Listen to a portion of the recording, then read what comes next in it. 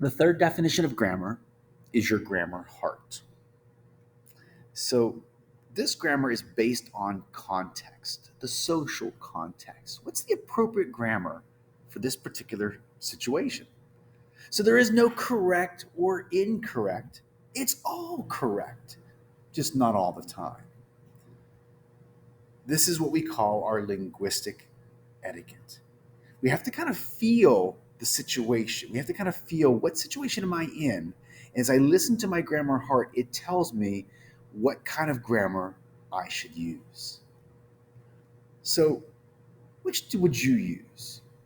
If I said Petula brought her mother some flowers, or if I said Petula brung her mother some flowers, which one would you use?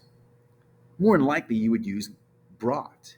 Not just because your grammar gut says it sounds right, but what you're really choosing is not what your gut's saying.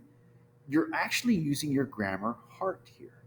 And the reason you're using your grammar heart, whether you realize it or not, is because both of them are grammatically correct. There's nothing wrong with the word brung. We just choose to use the word brought because it sounds better. But really, the word brung is actually just as correct. But the word brung eventually sounded sort of not necessarily pejorative, but sounded kind of low class. And so over time, the word brung was sort of given up, and everyone just kind of chooses brought. Same thing with the word dived. Do you always use the word dove for the past tense of dive? We dove in. Do you ever use the word dived, which is equally correct? Once again, your grammar heart, whether you realize it or not, tells you, I think I want to use the word dove because that's what everyone else seems to use. Not it's your gut telling you, but we used dove over dive just because we felt like it's the right choice to use. But both of them would be correct. Let's follow this structure as we understand the stickiness of the contraction ain't. Your mother is still in a biker gang, isn't she? You notice what I'm doing is I'm taking this word is and I'm simply making it negative, isn't, as I'm kind of asking the question, your mother is still in a biker gang, isn't she? Which the person says, no, she isn't. Maybe she got kicked out, I don't know.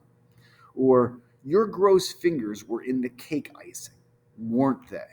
Took that word were, made it negative. And you're going to deny it. You're like, no, they weren't. So now let's finish the structure.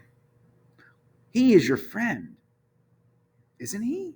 Once again, taking that verb and making it negative. And you would say, no, he isn't my friend. You are my friend, aren't you? And you'd say, no, you are not my friend. I am your friend, aren't I? That doesn't make a lot of sense. How did am, when I make it negative, turn into aren't I? I aren't your friend? What? I aren't your friend?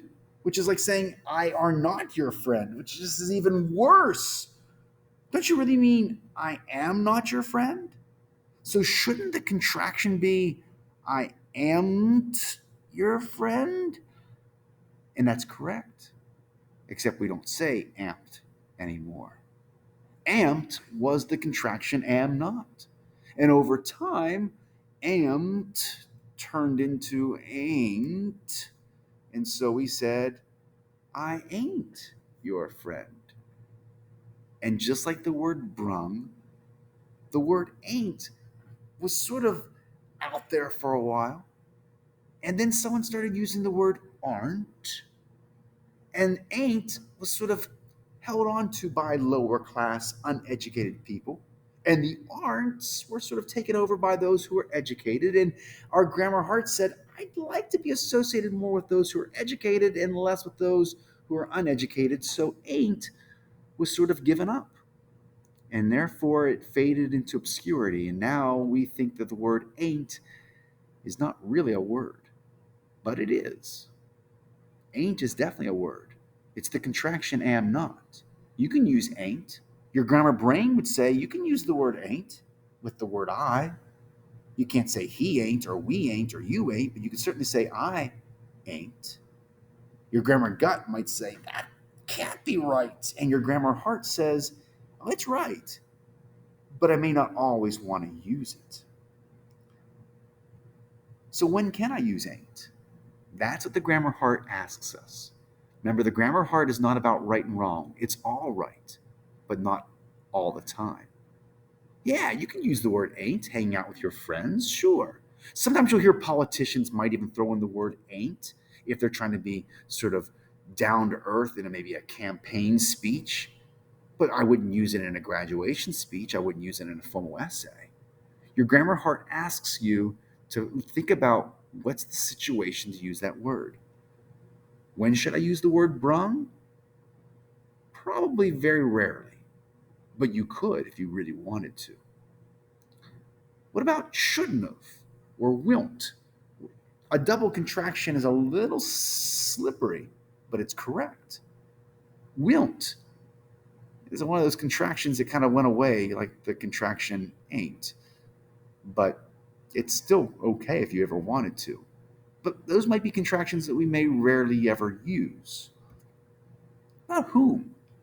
Whom's an interesting word that we should use in formal essays and speeches, in conversations, at dinner parties, at lunch. Probably not. Wherefore? You could, but I wouldn't use it. Ergo. I'm not sure when I'd ever use the word ergo. What about he or she? Isn't that interesting? He or she sounds like a word you just would never think about your grammar heart having to like think about the context, but we might be in a situation where something is so binary as male and female might be very antiquated, old fashioned, and maybe using a pronoun like he or she may not always be the right choice in certain social situations. Maybe the word mankind is a word that needs to go. It's interesting, there's a lots of words in our language that have stuck around maybe longer than they need to. Is mankind a word that your grammar heart says, I don't know if I would always use that particular word? What about not real words, like all right? Do you know all right's not really a word, but we allow it to be? Irregardless is not a word. Most of us realize that. And misunderestimate is definitely not a word, even though we've had politicians use it. None of those are real words. But your grammar heart would say, is there times where you could use that?